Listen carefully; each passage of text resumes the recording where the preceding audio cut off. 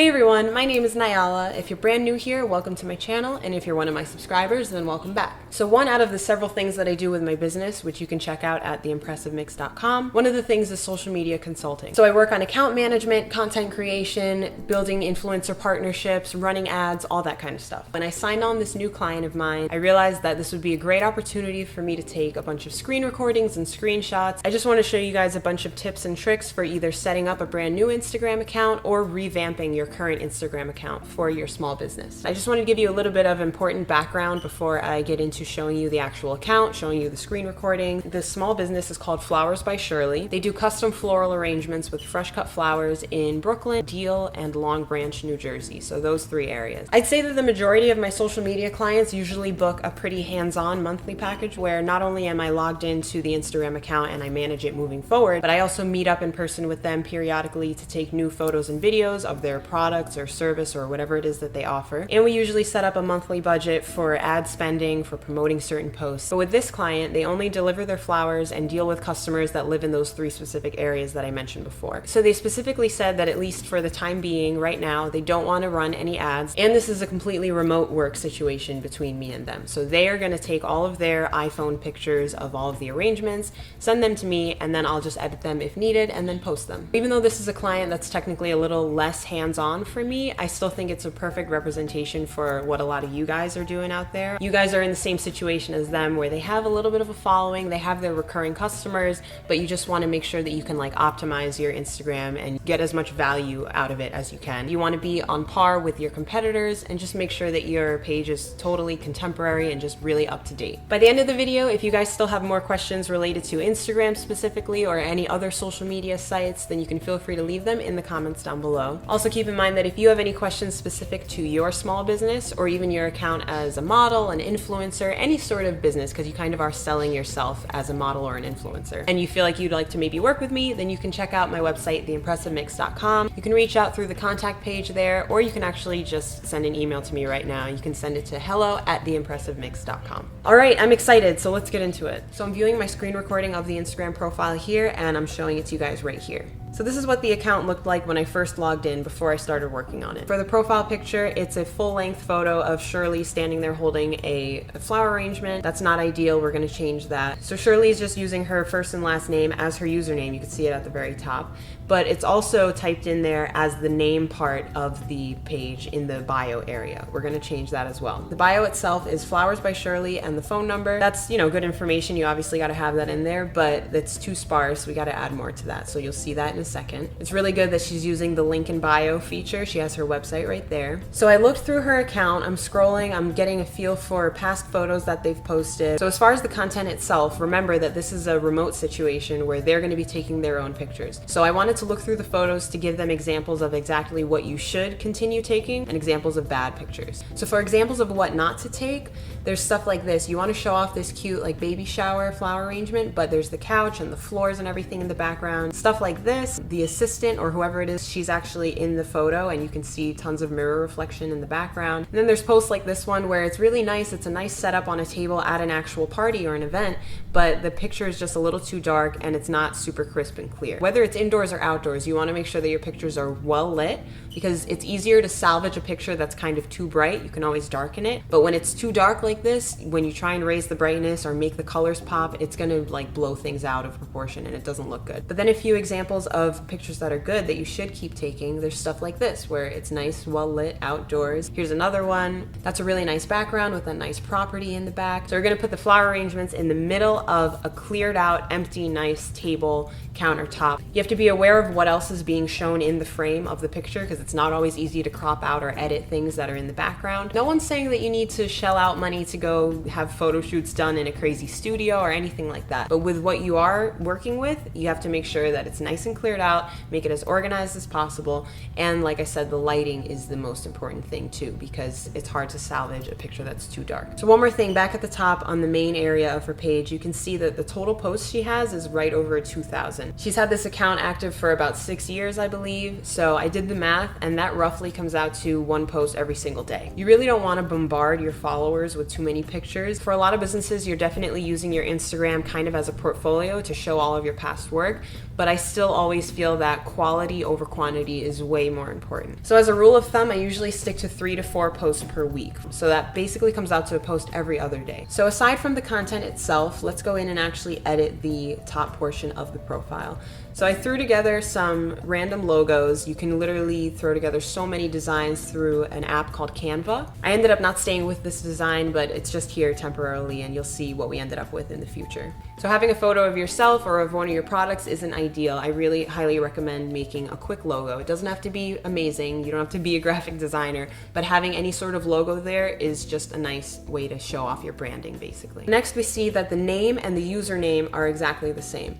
So her username, we're gonna keep it as her first and last name because that's what all of her past clients know her as. But the name on the account, we're gonna change to Flowers by Shirley because you wanna have, like I said, that branding. You wanna like drill it into people's heads about what your brand name is. The name section of the bio is kind of like a title. So the logo is like a stamp and the name section is a title, and it's all kind of just working together to lead people in to understand what your brand is. I keep saying your brand, but what your business is about. Now for the bio itself, very super crazy important part. She had Flowers by Shirley and the phone number. We're gonna get rid of Flowers by Shirley because, like I said, we changed the name to Flowers by Shirley, so that's already out of the way. The phone number is great to have in there, but I'm just dressing it up right now. You can see in the screen recording, I put the telephone emoji and then a colon and then the phone number. It's a really contemporary thing to do right now to kind of use emojis as bullet points almost in your bio. So you see that I added a flower emoji and I said custom floral design / personal florist.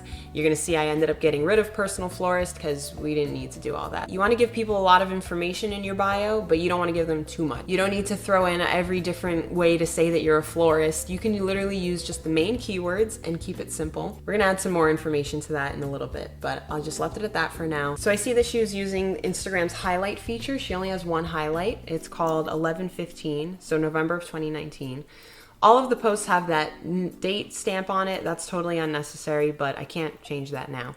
But what I am gonna do, I think eventually I'm gonna get rid of this highlight moving forward, but just in the beginning, just to make it look a little nicer, I changed that 11/15 weekend into autumn 2019. So I went back into the bio. So this is very important. I had a little bit of a, not brainstorming session, but I kind of just extracted as much information as I could from the client. I had a phone call saying, what exactly do you focus on? What type of arrangements do you usually do? What's your clientele using you for? She said there's a lot of birthdays, engagements, anniversaries, like gifts that you give to people, send them a flower arrangement with a nice little card on it, stuff like that. But also, since she works primarily in the Jewish community, they do Shabbat dinners and Jewish holidays and all that stuff. I wrote Jewish holidays, but then she actually pointed out, she said, you don't have to say Jewish holidays. All my clientele knows that for the main Jewish holidays, I can do floral arrangements. So let's take that out. So all that feedback back and forth was really good. So we took out Jewish holidays later on, but that list of things is very important to put in there. So I went back in and I changed the profile photo again. This also was made through Canva. They have tons of different logos and shapes and everything you could think of, tons of different fonts. So I added that in, and these were just the basic changes that I made to the informational important part at the top of her profile. Hey guys, I'm back after a month of managing this Instagram account. So I'm gonna show you the rest of the changes that I made to the account, as well as step-by-step of how I do story posts and a couple other things. So here's what the account looked like after 1 month of me taking over. One of the first things you might notice is that there are a whole bunch of new highlights here in this row instead of just one. Instagram's highlight feature is a great thing to make use of, especially when you want to separate things into different categories. For example, you can see based on the highlight names that this one is about holidays, the next one is about parties, the next one specifically about orchids, so on and so forth. As you can see, highlights are a great way for you to have a compilation of pictures and videos all up front at the top of your page on Instagram, and people can feel free to tap the screen, skip through the posts as quickly or as slowly as they want, and they're immediately able to see a quick summary of what kind of work you do. So when we scroll down, everything I posted over the last month is from this post up. Whenever there's a holiday coming up, whether it be a big federal holiday or a religious holiday, or even those funny things like National Donut Day or National Teachers Day, you should always take the opportunity to post about the holiday. Maybe even do a promotion of some kind, like 10 or 20% off because of that little special holiday. For example, here I made a very simple Happy Rosh Hashanah post since, like I said before, this client works primarily in the Jewish community. The app that I've been liking lately for putting text onto onto photos is called Fonto. And when you mess around with apps like that and putting text onto pictures, you basically have an easy way to make a little flyer for your business. Another thing, whenever people comment on your posts, I recommend replying to them at least saying thanks. And at the very least, I strongly recommend that you at least always double tap the comment, or if you want to just manually tap the little heart icon to the right side of their comment. Because not only is it nice on the commenter's end for them to see that their comment got noticed and recognized by you, but it also just looks good on your account in general, because when people in the future come to your account, everyone always looks at the comments, especially if there's more than one. They always want to tap it, view the comments, and then they'll see that you also respond to people's comments, you recognize them, so it just shows that you have a good rapport with your clients. Now, as I go through some of the recent photos I've posted over the last month, maybe you've noticed, but I've slightly edited all of the pictures to have a more vibrant look and to make the colors really pop. I haven't even bothered with any specific photo editing apps for these. It's pretty self-explanatory. If you just go to your camera roll, wherever you have your pictures that you took on your phone, for example, you can just hit edit and just look at the features that your iPhone or your Android phone, whatever you have, they all have features where you can set up the brightness or the contrast, or even it says like straight up colors or vibrance. You can just tap those, mess around with it, make things more vibrant, make things a little more faded, whatever kind of look you're going for. Here's something from early 2020 before I started working with this client. They posted a swipe post with multiple photos to show their clients like a pricing menu in a way about their orchid plants. So when it came time to post about orchids again, now that I've been managing the account, here's the more contemporary looking kind of like upgraded swipe post that I made for them. So I used the Fonto app again to put the pricing info, the text over each picture. You can see how neat and up to date this current swipe post looks, especially in comparison to the old one from early 2020. The client wanted me to really push these orchid sales for the Jewish New Year, so for at least like 2 weeks leading up to the holiday, I realized I don't want to double post this exact same swipe post that I did. So instead, I put the 6 individual orchid pictures into a collage with an app called Layout, which is actually also made by Instagram. So basically, I was able to utilize those same 6 pictures with the prices on them, but I did it in like one organized photo with the collage instead of another swipe post. And another thing that I forgot to mention in the first half of this video, on all of the posts, the client only used to write captions underneath like maybe 10% of the pictures. So I just wanted to point out that on every single thing that you post, you always want to have something in the caption, even if it's just 3 emojis or whatever. You don't ever really want to leave it blank. And of course, in the captions, you can always feel free to mess around with hashtags. You can use broad ones like hashtag roses, hashtag love, but also keep in mind that it might help you out when you use specific hashtags, kind of like hashtag NYC photographer or hashtag Chicago bakery, whatever area or whatever expertise you're in. Because sometimes those specific niche type of hashtags are what brings that specific type of new traffic to your profile. If you have someone looking for an NYC photographer or a bakery in Chicago, then those hashtags are going to help them find you. Okay, now for posting stories, one of my favorite things to do. As you most likely already know, when you post something new to your Instagram story, it puts that magenta pinkish colored ring around your profile picture on your account. So when you have a new post and that ring comes up, it also puts your profile at the top part of the Instagram feed when people first open up the app. So I'm going to post this picture of a bunch of arrangements just to give you an example. Whenever you're using a picture from more than a day ago, Instagram puts that date stamp thing on it, but I just get rid of that 95% of the time. And I adjust the picture so that it's straight and centered. And whenever I'm posting something pretty like this, so that also kind of applies to beauty products or certain fashion things or even home decor, my usual next step is to look for sparkle or glitter GIFs. People say that it's technically GIFs. I'm accustomed to saying GIFs, so whatever. So in my opinion,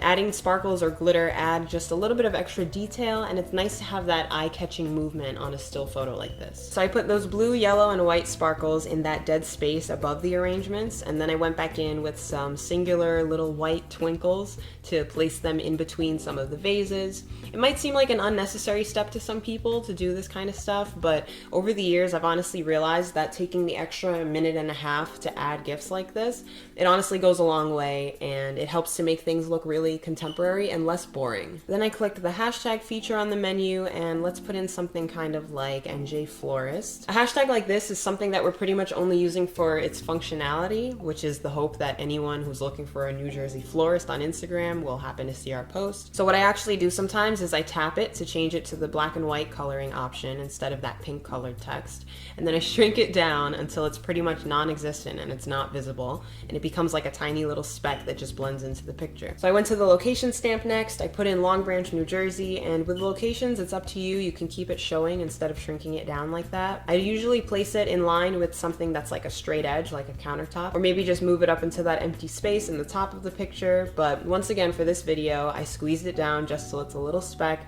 and it disappears from view. So that method of shrinking down the hashtag and the location stamps is just a trick for you to be able to have the functionality of that hashtag feature and the location feature without having them actually be visible on the photo and taking away from the content itself. So let's post it to the story, and let's also just add it to the party's highlight because I think that all those arrangements were for the same event. I recommend posting at least one picture or video to your story every single day. Even if you have 0 people viewing your stories right now, just keep up with it and keep posting every day because it can't hurt. It can really only help your account moving forward. The Instagram algorithm likes to see really active accounts that use all of their different features consistently. One more story example. For the Yom Kippur holiday, I googled Yom Kippur greetings, just very basic. I looked through Google Images and I picked this pretty gold one. So I centered it like usual. Then I found this golden glitter confetti GIF, and look at what a difference that makes now to have that gold sparkly movement kind of raining down from the top of the picture. I put another one of the same exact glitter GIF at the bottom of the picture just to even things out, and in my opinion, you can never have too much glitter. I did hashtag Yom Kippur, I shrunk it down again, I posted it to the story, and then I also added it to the holidays highlight. After 22 hours, the first picture got 347 views, and after 18 hours of being up, the Yom Kippur greeting had 81 views. And that's actually pretty low compared to the story views that we've been getting lately on this account. There's usually been anywhere from like 700 to just over 1,000 views. So like I said before, it's best to just make use of as many Instagram features as you can, because you also never know what type of posts might perform best for your specific profile, whether it's the feed posts or the story posts, and you never know what your specific audience might react to more positively. So whether you manage things yourself or you have someone like me working on your accounts, there's always a lot of trial and error when it comes to this stuff and just finding out what works for you and what doesn't. Here's a side-by-side screenshot of the profile before and after I made my changes. I was talking things over with the client and I came to the conclusion that it would be best for me to curate a checklist, kind of like a one-time consulting package where I just explained everything that I mentioned in this video to you guys, plus a bunch of other things that I gave to them privately for them to kind of take the reins and see if they can just manage the account on their own moving forward for the time being. I hope this video was informational and helpful for you guys. If it was, then an easy way for you to let me know is to just click the thumbs up down below to give it a like, and you can also leave any questions or comments down there below as well. Remember to check out my business site, theimpressivemix.com. Feel free to send an email to hello@theimpressivemix.com or even DM me on Instagram if you think you'd want to work together. Thank you guys so much again for watching. Subscribe for future videos and click the notification bell if you want to get notified when I upload. I hope everyone's staying happy, healthy, and safe, and let's make 2021 way better than 2020, all right? Thanks again for watching. I'll see you in the next one. Bye!